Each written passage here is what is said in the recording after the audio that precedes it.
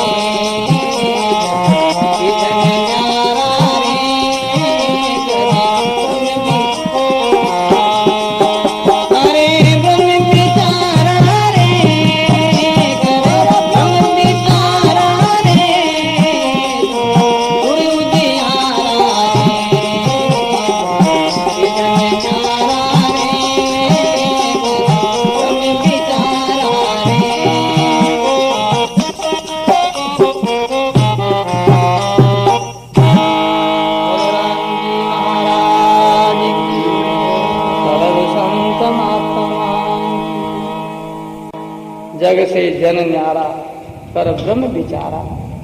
जगत से परमात्मा का जन जो है और वो संसार से निराला और न्यारा शामिल कैसे रहता है, बहुत सुंदर महापुरुषों ने दृष्टांत दिया है।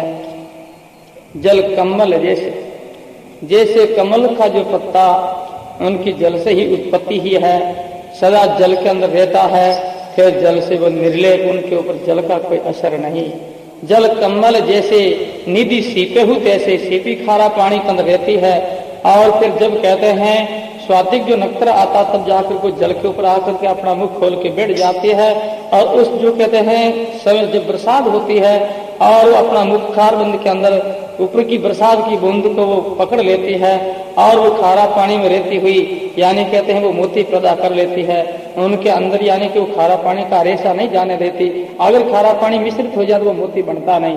तो इसी तरह महापुरुषों ने दृष्टांत दिया है, जो सीप यानी जैसे सीपी खारा पानी में रह करके वो निराली रह जाती है, उस पानी का विंतर में असर नहीं होने देती। ऐसे ही महापुरुष कहते हैं कि जल कम्बल जैसे सीपी निधि सीपे तैसे और मणि आई मुख ऐसे। जैसे आई सरफ के यानी कहते हैं कंठों के अंदर विष रहता है और वहीं जो कहते हैं वो अपनी मणि को रखता है, तो मणि के ऊपर विष का कोई असर नहीं और वो मणि जो विष से निर्लेप रहती है। तो इसी प्रकार संसार की यानी कहते हैं अंदर परमात्मा के जो भक्त जो जन है, विवेकी और ज्ञानी पुरुष है, संसार के अंदर रहते, संसार का प्रपंच करते, सब कुछ करते हैं, फिर भी कहते संसार से वो निर्लेप निराला रहता है। और यानी कहते वो अन्न जो आसक्त होकर के वो चेष्टा करता है, विंतर से नहीं तो उनको सुख है नहीं कोई दुख है। जिसी तरह प्रसंग आता है कि सत्संग के अंदर एक कोई जिज्ञासु को शंका हुई और शंका का समाधान करने के लिए वो खड़ा होकर के महात्मा से प्रार्थना की, महाराज आपके आगे हो तो मैं कुछ पूछना चाहता हूँ। महात्मा बड़े प्रसन्न हुए, बोले कि क्या पूछना चाहते हो, तुम निडर होकर के पूछो। तो वो जिज्ञासु कहने लगे, महाराज हम गृहस्थी हैं और गृहस्थ आश्रम के अंदर रहते थे कि सारा प्रपंच करते थे कि हमारा उद्धार कैसे हो सके, वो आप कृपा करके युक्ति बताओ। महात्मा बोले, भाई गृहस्थ आश्रम के अंदर रहते थे कि सारा प्रपंच में रहते थे कि सारा प्रपंच करते थे कि और अगर उद्धार करना है तो तुम नारायण बन जाओ। तो बात समझ में आई नहीं। बोले महाराज हम नारायण कैसे बन जाए। तो संतों ने दृष्टांत दिया, कहते भाई एक यानी कहते हैं गांव के अंदर एक नारायण मांझी रहता, तो उनकी यानी जजमान के अंदर वो सेवा करने के लिए जाती। तो एक जजमान का यानी घर तो शादी का प्रसंग था और एक जजमान को बुढ़ी जो डोकरी शांत होगी तो उनके जो शोक का जो कहते हैं यानी समय था, तो वो दोनों के घर सेवा करने के लिए जाती। जब वो ब्याह के घर जो कहते हैं ब्याह था उस घर जाती तो वो कहते बंदड़ा गाती, बड़े प्रसन्न होकर के यानी कहते वो गीत गाती सुंदर। और जब उस जो कहते सेवा से निवृत्त होकर के अब जो कहते जब माजी जो मरोड़ा है बड़े भी सेवा करनी पड़े, बड़े भी जाना पड़े, तो ब्याह वाला घर में छोड़ पर थोड़ी से आगे निकलता है यानी कहते वो पल्लन वो नेपरिन बांगा मिलने लग जाते, बांगा मिलने लग जाते। कोई सज्जन पूछे माजी अभी तो थे मंगल गाता जो कहते बंदड़ा गाता, अभी फिर बांगा मिलनी शुरू कर दिया कहीं ढंग है। तो जन भाई नारायण मांझी कह रहे भाई बात ऐसे मन बेली बेली बांगा मेलनी है, बाकी जो कहते हैं नहीं तो ब्याह करे जो वे उठे मन हर से के हमारी बीन यानी पगा लागे नहीं अट मेरे जगह माजी मन शौक है मन बेली बेली बांगा मेलनी, बाकी मैं दना सुन निराणु दना सुन न्यारी हूँ। बात सुन बैठी ना। तो ऐसी जगत के अंदर जो सब कुछ करते थे कि बेली बेली बांगा मेलनी, बाकी इनसे जो कहते निरालो न्यारो रहनो, जग से जन न्यारा रे कर ब्रह्म विचार आ रे और यूं सूर उजियार आ रे। ऐसी जो परमात्मा का जन भगवान का जो भक्त है गुरुमुख की भाई बहन है, वो संसार का सारा प्रपंच करता हुआ वो इसी तरह नारायण मांझी के तो बेली बेली बांगा मेले, बाकी बिंतर में शोक और हर्ष। तो इसी दृष्टि से यही मुक्ति का जो चिन्ह, मुक्ति का जो निशान है। और ऐसे किसी जो कहते हैं हम हालत में अपना उद्धार कल्याण कर सकते हैं। तो इसी दृष्टि से महापुरुष कहते हैं ज्यों दर्पण माही दिशे पर छाई, ऐसे विवेक की जो पुरुष जो है ना संसार के बंधन में पकड़ में नहीं आता। जैसे कांच जो देखा अपन कांच में अपनी परछाई दिखे है और कांच की परछाई के अंदर जो उनका स्पर्श करनी चाहे पकड़नी चाहे वह पकड़ में नहीं आती।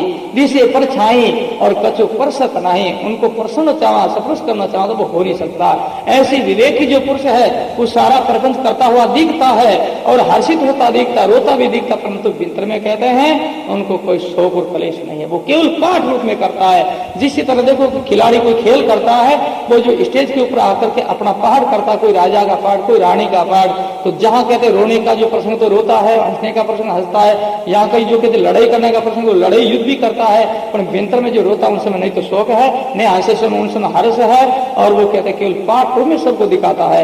ऐसे जो विवेकी जो पुरुष जो है वो संसार के सब कुछ करता हुआ फिर कहते वो निर्लेप न्यारा रहता, वो कहते केवल दिखता हुआ और केवल पाठ में सब कुछ करता, बाकी अपना आप को वो अलग रखता है। तो इसी दृष्टि से महापुरुष कहते हैं जो ग्रथ समीपे सक अंतर दीपा, जैसे घी जो है ना अपने शरीर के ऊपर वस्त्र के ऊपर कट भी छाटो लाग जाए वो अपना चिकना असर कर देवे, पर रसना नहीं छिपा। रसना कहते जीव जाने किलो 2 किलो 5 किलो मनबुरी पी जाए तो जीव चीकनी नहीं वे, जीव के ऊपर गिरो असर नहीं वे।